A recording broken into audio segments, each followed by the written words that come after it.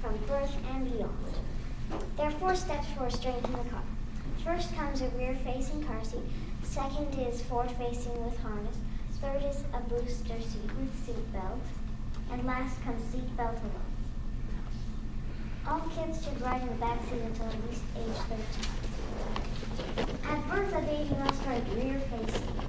Rear-facing protects the baby's head and the spine by cradling the baby in an accident. If the baby were forward-facing, the baby's head would fly forward while the body would be held back. If the baby's head flies forward too far, too fast, the spine can snap. If the baby were in a rear-facing car seat when incident crashed, then the baby would move with the car seat.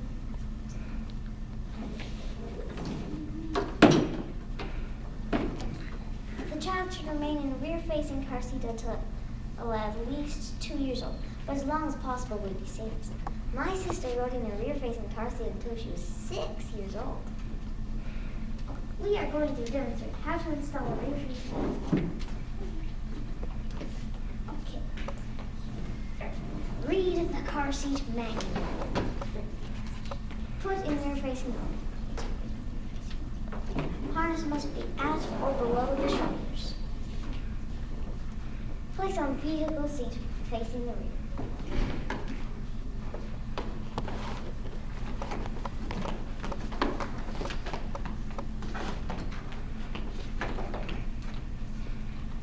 Belt goes in the rear-facing belt.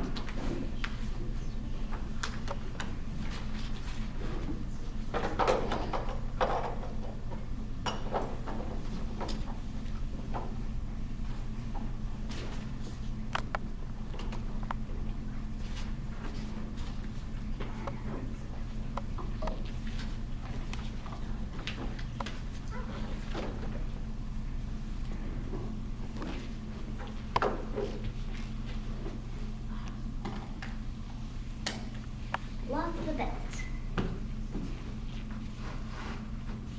Tighten, putting pressure on the seat.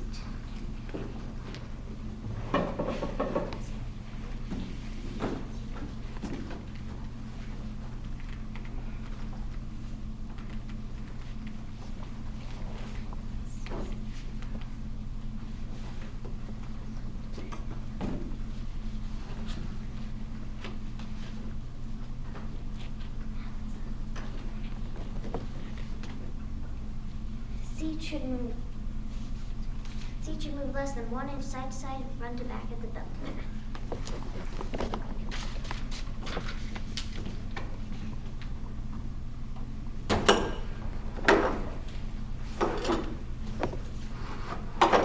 The next step is a forward-facing car seat with harness. The harness is needed for kids under 6 or 7 years old to keep them securely in place. There are many car seats out there that can fit bigger kids. My 9-year-old brother rides in a harness car seat. We're going to demonstrate how to install a forward-facing car seat. First, read the car seat manual. Okay. Put it in forward-facing mode. Harness at or above the shoulders. Place on vehicle seat.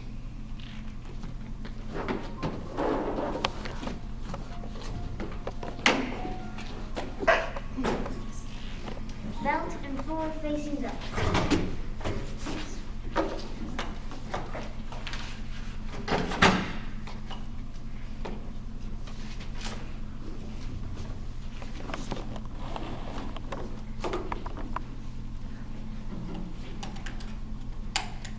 Lock the belt.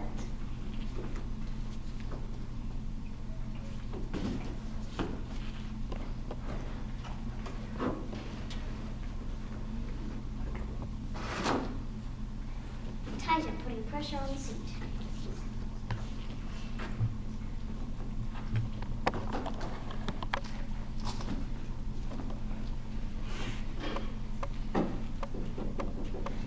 Seat should move less than 1 inch side to side, front to back at the belt.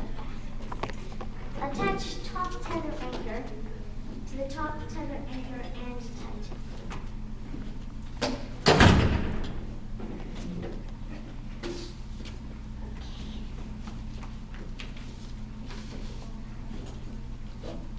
The next step is a booster with seatbelt. A booster is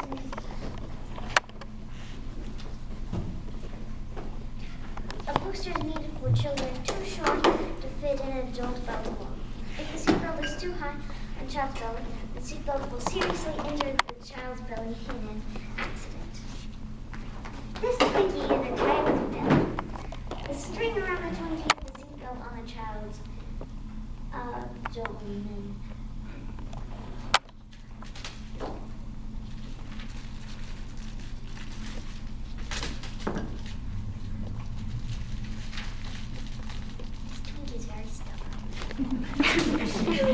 Oh, this is what a too high seatbelt does to a child inside in an accident. The booster raises the child up so that the belt fits nice and low. The high back booster provides head support, side headrest, and a shoulder belt guide. I sit in a high back booster, and I like it because it's comfortable and it has head pads. You move. Oh. You need it in the belt pad. You move to a backless booster.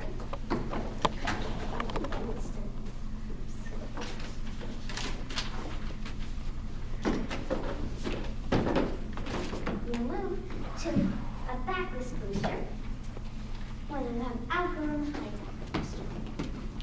Children need a booster so that the seatbelt will fit properly.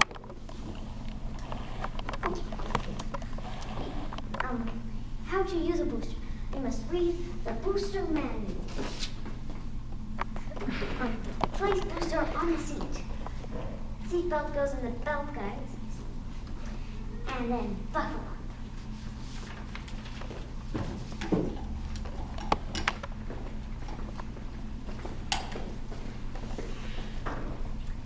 A kid can move out of the booster when they pass the 5-step test.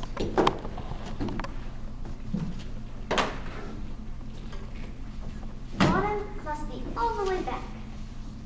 Knees must bend at the edge of the seat. The shoulder belt must be between the neck and the end of the shoulder.